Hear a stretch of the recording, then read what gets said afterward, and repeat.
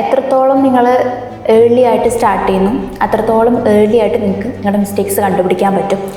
അപ്പോൾ അതിനൊരു കൂട്ടായിട്ട് A+ എപ്പോഴും കൂടെയുള്ളതായിട്ട് എനിക്ക് തോന്നിയിട്ടുണ്ട്. വളരെ കംഫർട്ടായിട്ട് തോന്നിയിട്ടുണ്ട്. എക്സാമിൻ്റെ പ്രത്യേകിച്ച് അവസാന ഘട്ടങ്ങളിലൊക്കെ വളരെ കാമായിട്ട് മോട്ടിവേറ്റ് ചെയ്യുന്നതായിട്ട് എനിക്ക് തോന്നിയിട്ടുണ്ട്.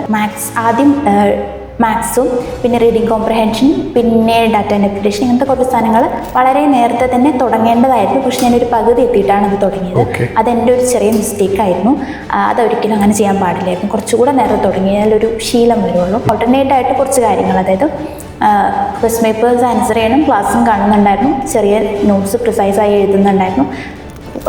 എക്സാം അടുക്കുന്നതോറും കുറച്ചെല്ലാം ചുരുക്കി കൊണ്ടുവരാനായിട്ട് തുടങ്ങി. അതെ, ഫസ്റ്റ് യൂണിറ്റ് ഞാൻ ഒരുപാട് നേരം ഇരുന്ന് പഠിക്കുമായിരുന്നു. അതിൻ്റെ തന്നെ ഇഷ്ടം പോലെ നോട്ടുണ്ടായിരുന്നു.